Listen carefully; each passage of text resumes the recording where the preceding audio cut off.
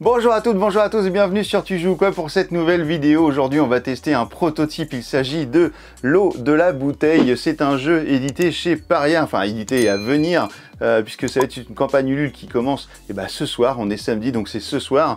Donc l'eau de la bouteille c'est chez Paria Édition, c'est ceux qui ont fait le fabuleux Ordre de Veyel qui est là juste ici, voilà le méga jeu de Dungeon Crawler. Et bien là on est encore dans un Dungeon Crawler mais beaucoup plus rigolo, beaucoup plus détendu puisqu'il s'agit une espèce de deck building de dungeon crawler building. Voilà, on va construire le donjon tous ensemble et aller affronter les monstres et vous allez voir que c'est absolument trop cool. C'est un jeu pour 3 à 6 joueurs pour les 14 ans et plus et pour des parties d'environ 30 minutes, donc suivant le nombre de joueurs évidemment ça va augmenter et suivant parfois la lenteur de certains joueurs, n'est-ce pas mon cher Thomas? D'ailleurs merci à Thomas, à Chloé et puis à Maxime pour leur aide de test sur ce jeu, et puis à Gwen aussi, et puis voilà, écoutez, on voit comment ça marche, et puis on se retrouve dans quelques minutes pour les avis, juste après les explications.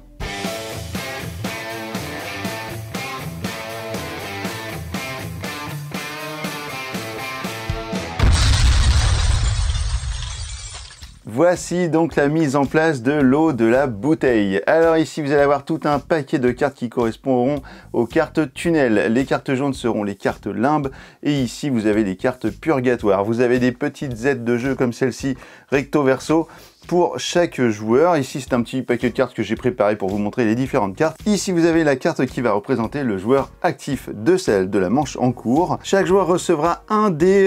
Alors ici il est blanc, normalement il sera rouge dans la version finale puisqu'il s'agit, comme je vous le disais, d'un prototype. Donc il y a des visuels qui vont changer, notamment sur les amérantes, il y a des choses qui vont changer. Ils seront personnalisés a priori. Donc vous aurez des dés rouges. Alors les dés rouges ils correspondront à quoi? Eh bien à vos points de vie. Vous ne pourrez jamais aller au-delà de 6 points de vie et lorsque vous perdrez votre dernier point de vie, si vous êtes à 1 au niveau de votre dé, eh bien vous serez remort. Alors on ne peut pas remourir dans ce jeu puisqu'on est déjà mort. En fait vous allez incarner des joueurs qui sont morts, qui viennent de mourir, et lorsque vous allez faire la queue pour aller dans l'au-delà, on va vous annoncer qu'en fait la queue elle est interminable. Alors il y a plus de 700, plus de 400 milliards de minutes je crois, un truc comme ça. Voilà, et donc vous allez intégrer une équipe de passeurs d'âmes, et pour cela donc vous allez devoir récupérer des âmes errantes et les faire passer vers l'au-delà grâce à des bouteilles d'eau dont je vais vous expliquer le fonctionnement dans quelques secondes. Donc chaque joueur va tirer au hasard un personnage qui vient de mourir, donc vous allez en prendre un, hop, allez on va dire celui-là, à la mémoire du baraquet. Donc tous les joueurs autour de la table vont faire de même et vous allez avoir une petite pierre tombale comme ceci, rest in peace, avec voilà, le baraquet il est juste là, avec donc un bonus et un malus par joueur. Parfois il n'y a pas forcément les deux, mais ici en l'occurrence on les a. Donc au début de l'épreuve, choisissez un monstre de l'épreuve. Le pouvoir de ce monstre ne peut vous atteindre. Donc ça on va revoir ça juste après lorsque l'on sera arrivé à l'épreuve, mais vous avez un petit bonus à ce moment là. Et vous avez un malus aussi qui dit que vous devez obligatoirement participer à l'épreuve si elle comporte au moins une carte de cœur.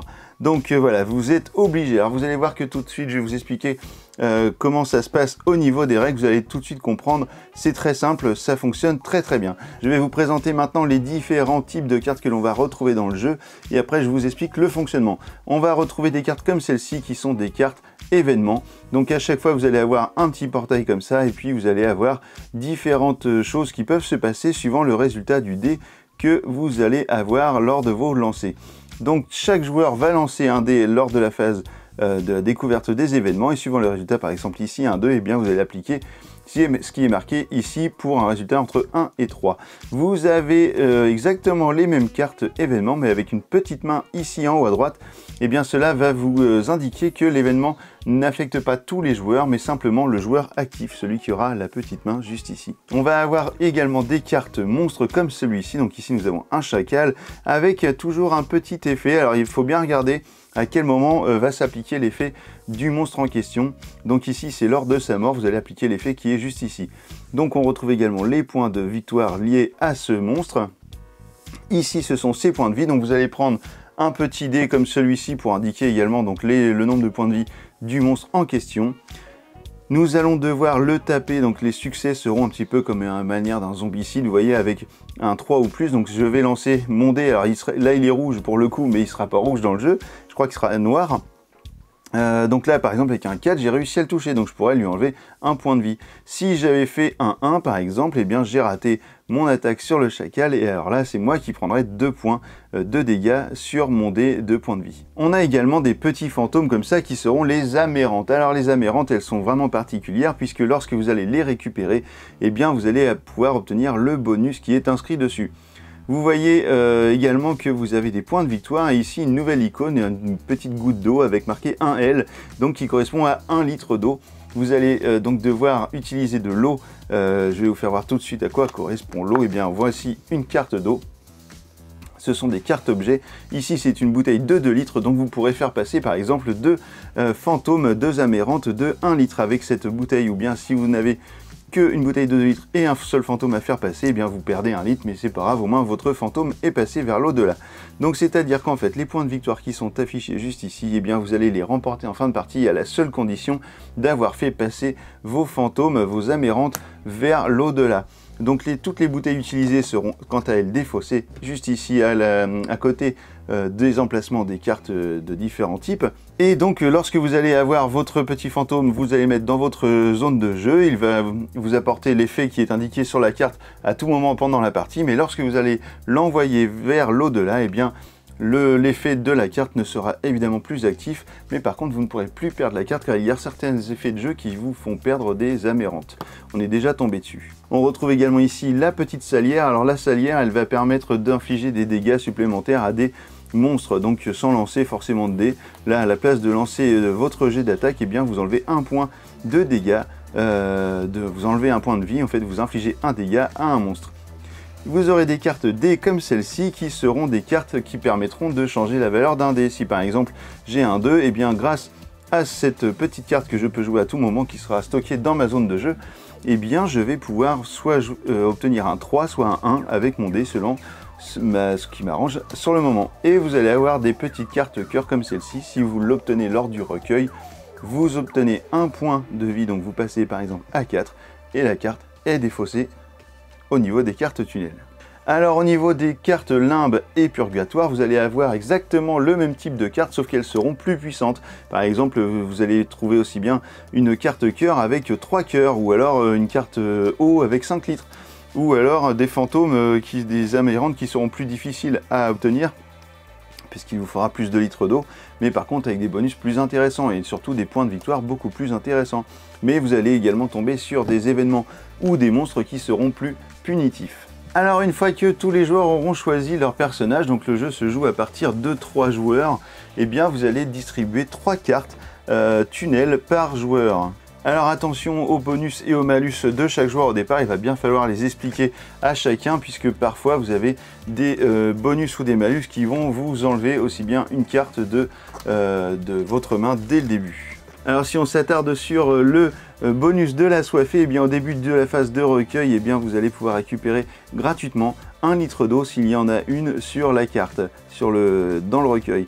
Sur le malus, eh bien lorsque vous mourrez, vous perdez la carte d'eau de votre choix.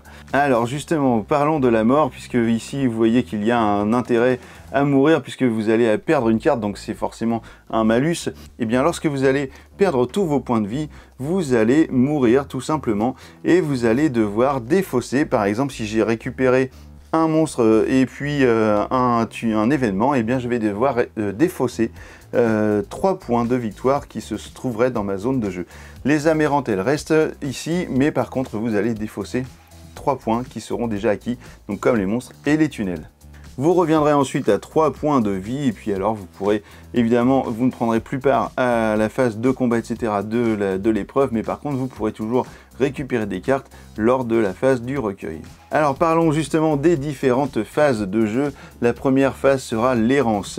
Le joueur actif va pouvoir choisir de 1 à X cartes dans les paquets différents qui sont ici, donc le tunnel, les limbes et le purgatoire, et la valeur X est définie par le nombre de joueurs. Donc à 3 joueurs, vous allez pouvoir tirer de 1 à 3 cartes parmi ces cartes qui sont juste ici, parmi les decks installés sur la table. Imaginons que je prenne une carte tunnel, une carte limbe et une carte purgatoire. Et voilà, ça nous donne ça sur le plateau. Vous allez toujours mettre dans l'ordre les cartes événements, les cartes monstres, les amérantes et ensuite les différents objets. Alors une chose qu'il faut bien comprendre, c'est que les cartes que vous avez dans vos mains ne constituent pas votre main, elles ne vous appartiennent pas. En fait, vous n'allez pas jouer comme dans la plupart des jeux, une carte pour réagir à telle action ou une autre carte, etc. Non, là vous allez jouer avec ces cartes-là, mais seulement sur la phase de dilemme qui arrive et que je vous présente maintenant. Lors de la phase de dilemme, vous allez devoir prendre deux décisions. La première sera, est-ce que je rentre ou pas dans le donjon? C'est-à-dire, est-ce que je vais participer à l'exploration de ce donjon et puis participer donc à la destruction des monstres et donc récupérer ou pas des objets. Qu'est-ce que vous avez à perdre dans ce cas? Eh bien, si vous n'avez plus de points de vie et que vous avez des points à perdre, peut-être il vous faudra vous poser la question. En début de partie, en fait, vous n'avez rien à perdre puisque vous n'avez aucun point, donc il faut forcément aller dans le donjon. Ça serait stupide d'être juste spectateur et de ne pas aller au combat, puisque c'est un peu pour ça qu'on joue, parce que c'est rigolo. La deuxième question que vous allez devoir vous poser, c'est est-ce que je rajoute ou pas une carte dans le donjon?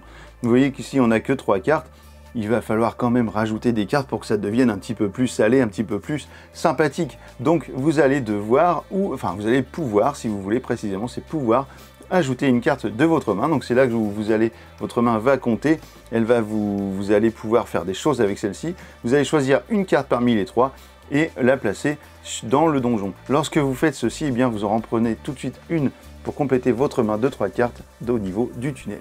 Alors le joueur actif lui est obligé d'aller dans le donjon, donc il y va et il se dit, eh bien moi je vais rajouter par exemple un monstre puisqu'il n'y en a pas, allez hop, on rajoute un petit monstre. À ce moment-là je récupère une carte du tunnel et je passe mon tour au joueur suivant. Le joueur suivant se dit, ben allez hop, j'y vais aussi. Donc lorsque l'on y va, eh bien lorsqu'on devient actif dans le donjon, eh bien on incline sa carte. Ce joueur va alors récupérer, eh bien pourquoi pas une salière, hop, on récupère une carte ici. Le troisième joueur y va également. Et il va mettre, pourquoi pas, une aberrante. Arrive alors la phase de l'épreuve. Le joueur actif sera le premier à interagir avec la phase de l'épreuve.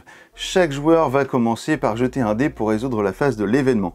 Vous lancez votre dé, j'ai fait 2. Ici, je passe à 1 point de vie. Alors, vous voyez, ça va vite, hein. J'avais 3 points de vie, j'en ai plus qu'un. Ainsi de suite, tous les joueurs vont faire cet événement. S'il y a d'autres cartes événements, eh bien on va les découler comme ça, une par une. Je peux vous assurer qu'il y a des fois où on s'est retrouvé avec 20, 25 cartes, c'est un truc de ouf. Donc il y a des fois on a fait 5, 6, 7 événements à la suite. Donc attention à bien vérifier qu'il y ait bien la petite main en haut pour savoir si c'est un événement qui touche tout le monde ou juste le joueur actif.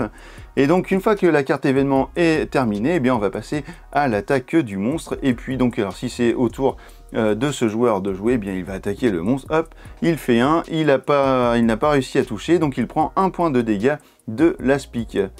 Alors vous voyez d'ailleurs au sujet de l'aspic que l'effet de l'aspic se passera pendant la phase de recueil qui viendra juste après.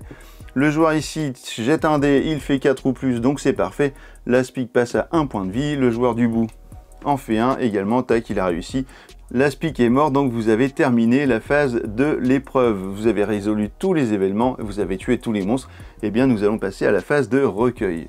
Alors pourquoi je vous disais tout à l'heure qu'il était important de regarder attentivement les effets des bonus et des malus de votre personnage, puisqu'ici le lâche aurait très bien pu ne pas aller au combat sur le premier monstre, donc il n'aurait pas perdu de points de vie par exemple. Donc vous voyez, il faut faire vraiment attention à tout ça. Alors qu'est-ce qui se passe lors de la phase du recueil? Eh bien le joueur étant actif va démarrer le recueil en premier et choisir une carte sur le donjon à récupérer pour lui. Donc ça peut être des objets ou des amérantes pour utiliser leur pouvoir pendant un certain temps et les passer dans l'au-delà plus tard pour récupérer les points de victoire, ou bien récupérer des points de victoire directement comme ici avec 4 points de victoire, c'est intéressant sur un événement. Avant cela, avant que le joueur actif ne puisse prendre quoi que ce soit, l'assoiffé dit « Attends, moi je suis l'assoiffé, je récupère gratuitement une bouteille d'eau dans ma zone de jeu. » Et oui, ne jamais oublier les bonus des personnages, je vous l'ai déjà dit.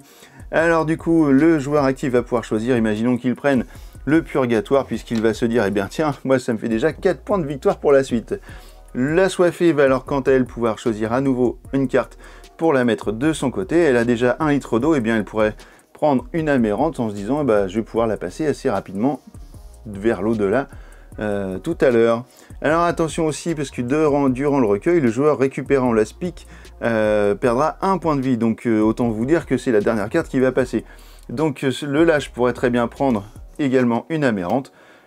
Le joueur actif, le baraquet, va prendre le sel pour combattre sur la prochaine manche.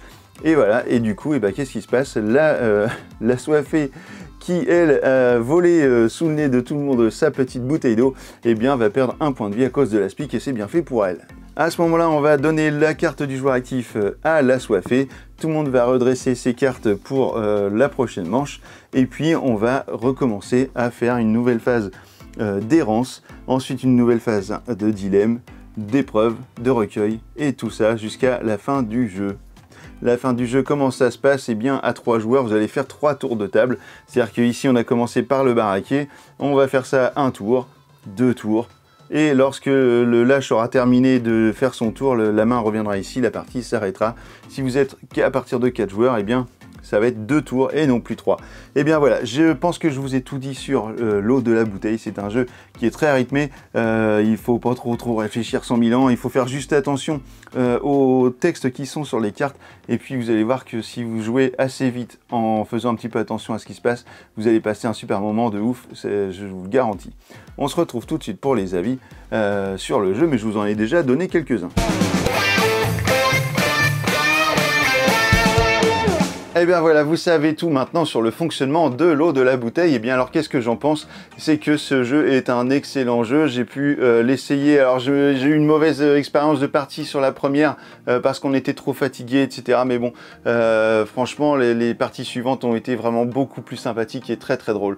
J'ai pu d'ailleurs l'essayer avec Alexandre, donc l'auteur, sur le festival du jeu de Cannes récemment. Et puis voilà, bah donc l'eau de la bouteille, j'y ai rejoué. Et puis en fait, à chaque fois, ça a été une bonne partie de rigolade. Et ce jeu est vraiment très sympa. Vous voyez que c'est une toute petite boîte comme ça. Donc c'est quand même bien rempli. Hein. Je sais plus combien il y a de cartes là-dedans, mais c'est assez bien rempli. Il y a 248 cartes. Alors vous voyez, et surtout que les monstres sont tous uniques. Voilà, j'allais dire identiques, mais non, ça aurait été complètement débile. Donc les monstres sont tous uniques. Les événements sont uniques, mais parfois il y a un petit peu de répétition. Mais en même temps, je me suis posé la question si c'était pas un petit peu trop. Et puis au final, je pense que si c'était pas un petit peu répétitif, le jeu serait déséquilibré. Donc voilà, il y a plein...